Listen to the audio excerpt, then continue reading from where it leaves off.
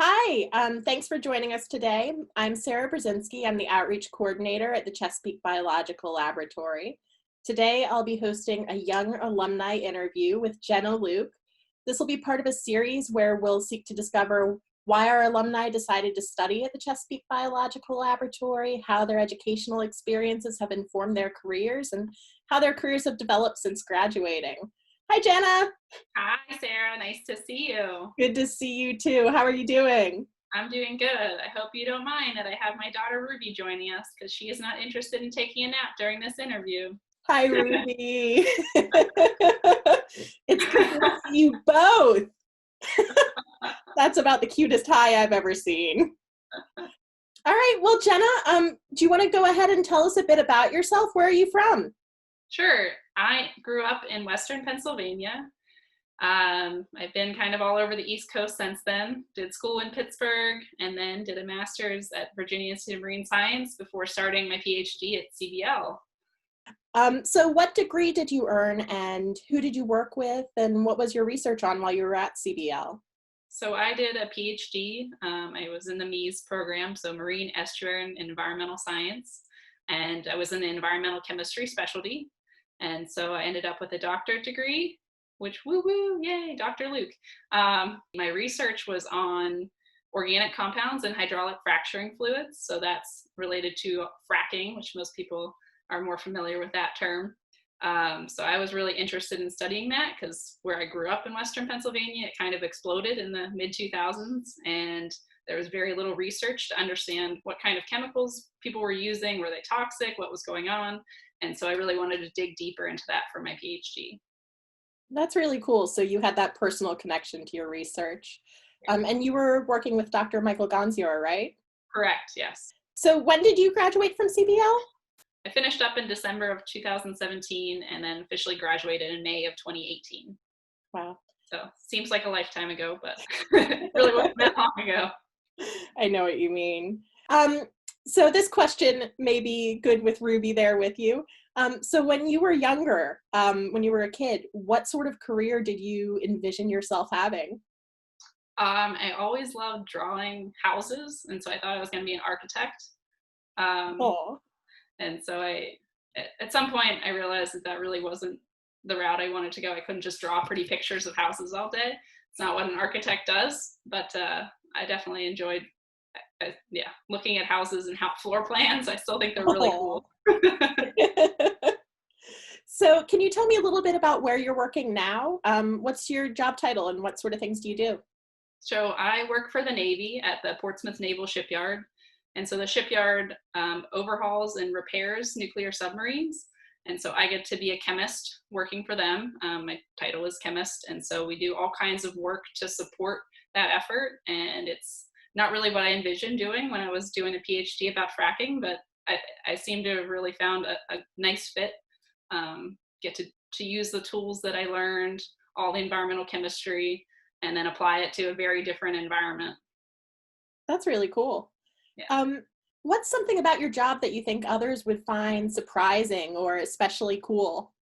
Nice thing about working for the government is I get to work a 4-day work week. So I get to have a day off each week. So I'm working 4 10-hour days. So they have a lot of flexibility with your schedule. And so that's been really cool for me. I also get to go on a submarine, which is cool. That is pretty awesome. So what is it like being on a submarine? I have honestly never been on one. I would not want to be a sailor on one. It's very cramped quarters, but obviously I don't spend that much time on them because I'm not a sailor, but there's a lot going on in a very small space. That's pretty cool. So what does a typical day look like for you at your job? So the lab that I work in has a lot of really cool instruments. So some days I'll spend all day in the lab preparing samples, analyzing them, looking at data. Other days I do more computer work where I'm looking at standard operating procedures and like writing out how to do certain tests, which is something that I realized I liked during my postdoc. I really had fun doing that and trying to record how exactly to do this, the best way to do it. And so in research, that was to help the next grad student who came along. But now it's more, okay, how can I do this to help our whole lab group? That's pretty neat. It sounds like you found a really good fit with matching your interests and your background with a career. In pursuing your career, did you follow a plan? I mean, I would say from the get-go, I've always just kind of found cool people to work with and cool instruments and field work. And, anytime I can learn something new, that's kind of led me down this path. And that's one of the really nice things I found about working for the Navy is they are really big into helping you develop yourself and develop your skills. So they're really supportive. If you say, I want to learn something new, can you, help me get that in that tool in my tool belt? They're really good at helping you grow as a person. So it sounds like you really pursued your passions throughout your career. So how did your higher education help prepare you for your career? Pretty much everything about it. So the tools that I learned in the lab, the writing experiences, how to be a scientific writer, and just learning how to teach myself new things was really valuable about being in school for pretty much forever. So in terms of being in school for a while, you have lots of options when you're studying in a field like chemistry or environmental chemistry. What drew you towards the Chesapeake Biological Laboratory? So I met some researchers on a cruise when I was doing my master's, and I met Dr. Laura Lapham and Dr. Michael Gonzior, who ended up being my advisor, and just kind of got to talking to them about research and science and what it was like to be a student at CBL, and just kind of learned what a neat little community CBL is, and what they had to offer was really, really enticing. So I really liked all of the really strong environmental chemistry program at CBL. So Jenna, when you were at CBL, did any sort of experiences stand out for you? What sort of highlights did you have while you were with us?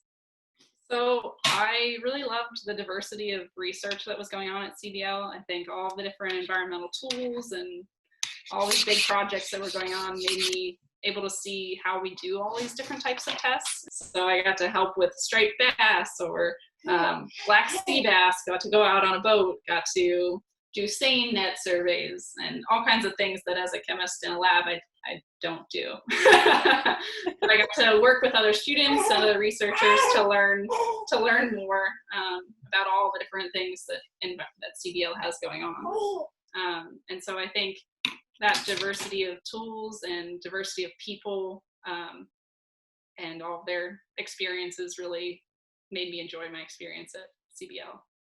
That's great. What do you think is one of the most valuable skills that you've learned throughout your education and through your CBL career? I think learning to collaborate has been really important. You're not in it alone. There's very few papers, there's very few anything that you do by yourself. So learning how to work with a team of scientists to accomplish a goal, or a team of scientists and government, or whatever sort of people you're working with, the public, trying to bring everyone together to meet a common goal is, I think, a really valuable skill I've learned while I was at CBL. That's great. So we talked a little bit about your past. What about your future? Do you have any ideas of where you would like to be in 10 years? Good question. Well, we just bought a house in New Hampshire, so hopefully still in New Hampshire. I'm enjoying working with the Navy. I think the experience will help me kind of with any career route I go in, whether that's in government or academia. I'm still doing some research on the side, working for the University of New Hampshire, and so I'm keeping my feet in that door to see maybe that I'll go that way. I'm not sure. That sounds pretty cool. You've got lots of career paths open to you, it sounds like.